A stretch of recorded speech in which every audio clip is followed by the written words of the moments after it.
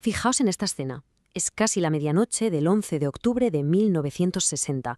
Un Chrysler negro aparca justo frente al Banco Nacional de Cuba, en plena Habana Vieja. Del baja Julio Lobo, literalmente el hombre más rico de toda la isla. Ha sido convocado de urgencia. Dentro, ¿quién le espera? Pues el mismísimo Ernesto Che Guevara, el nuevo presidente del Banco Central. Es un cara a cara brutal. Pura tensión.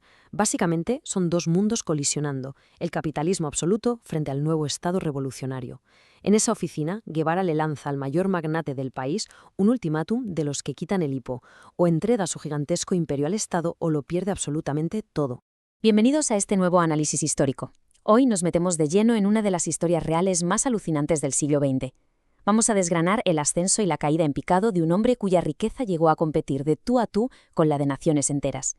Hablamos de un magnate que dominó el mercado mundial a su antojo, acumuló tesoros incalculables, sobrevivió de milagro a un atentado y al final vio cómo el trabajo de toda su vida se hacía humo en cuestión de días. Esta es la increíble historia de Julio Lobo, el indiscutible rey del azúcar. Sección 1. Construyendo un imperio azucarero. La magnitud de la riqueza de Julio Lobo. Para pillar la dimensión real de este titán de las finanzas, hay que ver de dónde venía. Lobo nació en Venezuela en 1898, en una familia de judíos sefardíes, pero estudió agronomía en Estados Unidos. Cuando volvió a Cuba para hacerse cargo del negocio familiar, lo hizo con una visión, digamos, implacable. Y para que nos hagamos una idea del monopolio salvaje que construyó, quedaos con esta cifra. 405.000, ese es el número de hectáreas de tierra que controlaba en Cuba en el año 58. Teniendo en cuenta que toda la isla apenas sumaba 700.000 hectáreas cultivables, pues sí, haced las cuentas. Un solo hombre poseía más de la mitad de las tierras de cultivo del país. Es una concentración de poder sencillamente abrumadora. Y claro, tener tanta tierra significa tener un poder industrial absoluto. De los 6 millones de toneladas de azúcar que producía Cuba cada año, casi 4 millones salían directamente de los ingenios de Julio Lobo. No estamos hablando de un simple terrateniente, para nada. Esto era un macro imperio. Llegó a manejar hasta 16 centrales azucareros, 22 almacenes gigantescos y una refinería. Y ojo, porque la cosa no acaba ahí. Tenía su propia naviera, una aerolínea, una corredora de azúcar, una red de radiocomunicaciones y, por si fuera poco, su propio banco. Vamos, que controlaba toda la cadena de suministro de pe a pa. Para que entendamos el peso geopolítico de todo esto, pensad en la Cuba azucarera de los años 50 como si fuera la Arabia Saudí actual con el petróleo. Es exactamente la misma escala.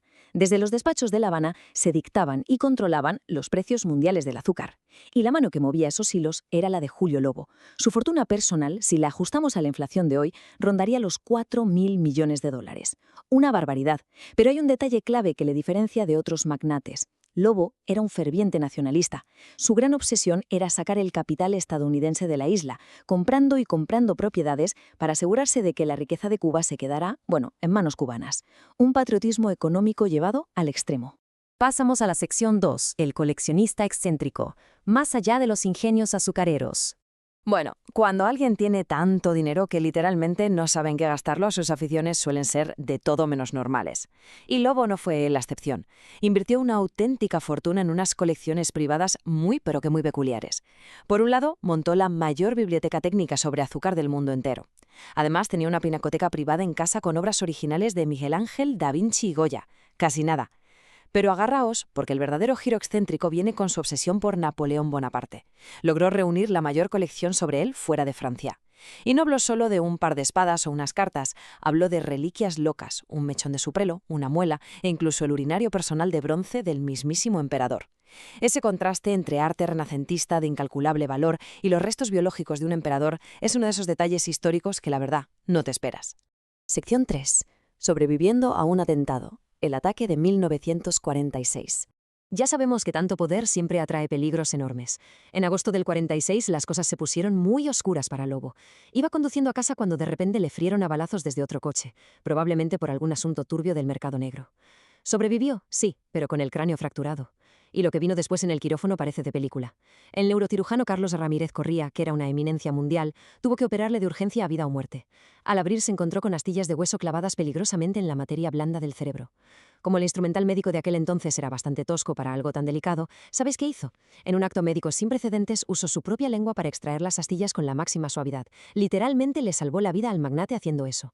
Increíble. Y aquí es donde asoma la personalidad tan calculadora de Lobo, y con bastante ironía, tras sobrevivir de milagro gracias a este equipo de élite, le pasaron la factura médica. El coste total ascendía a unos 30.000 pesos de la época.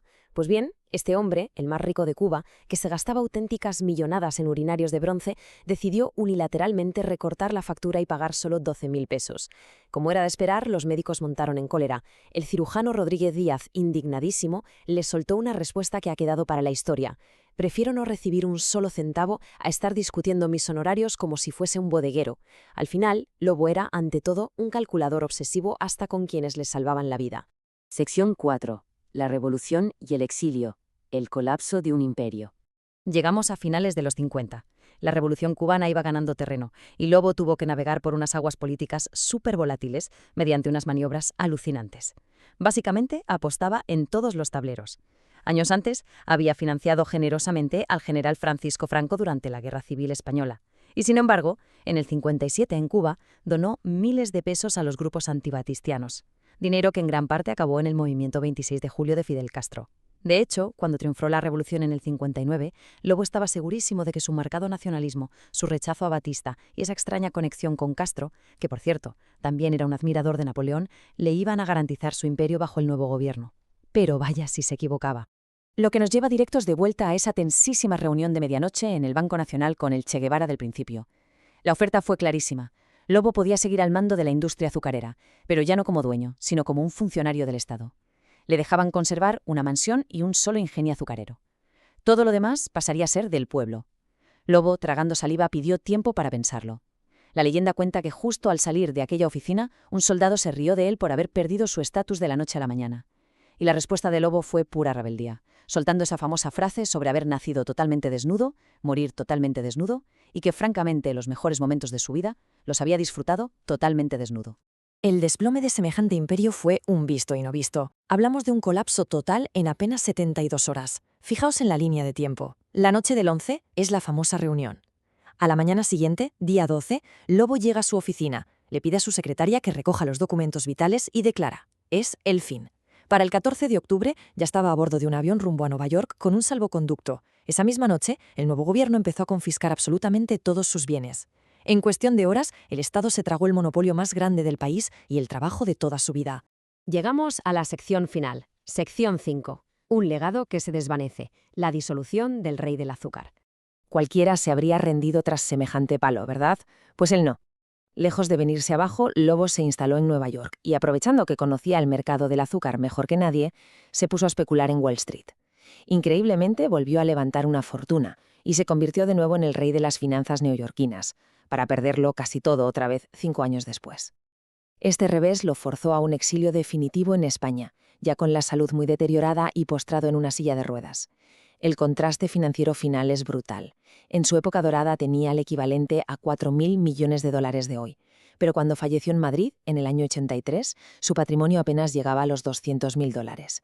Fue enterrado cumpliendo su última voluntad, con una sencilla guayabera y el ataúd cubierto por la bandera de Cuba, una fracción microscópica de lo que alguna vez fue. Lo curioso es que el destino físico de su imperio ha sido exactamente el mismo, ir desvaneciéndose. Hoy por hoy, las que fueron sus espectaculares mansiones son oficinas de ministerios o directamente casas en ruines. La gran mayoría de sus 16 centrales azucareros fueron demolidos con el paso de las décadas tras la caída de los precios. Pero, sin duda, la ironía más cruel de esta historia nos la da el propio mercado actual. Cuba, el país que durante décadas reinó sin oposición y dictó las reglas del azúcar mundial, hoy lucha por producir lo mínimo. De hecho, a día de hoy se ven en la necesidad de importar azúcar desde países como Brasil, Colombia o incluso Francia. Y todo esto nos deja con una reflexión bastante profunda sobre la naturaleza del poder, el dinero y cómo pasa el tiempo. Hemos visto cómo se pueden levantar imperios que parecen inquebrantables, capaces de desafiar a naciones enteras, y cómo, ante los giros impredecibles de la historia, pueden esfumarse en un abrir y cerrar de ojos. Al observar esas ruinas de los ingenios de hoy y las reliquias en los museos, nos queda resonando una pregunta inevitable: ¿qué queda realmente de un imperio absoluto cuando el azúcar simplemente se disuelve?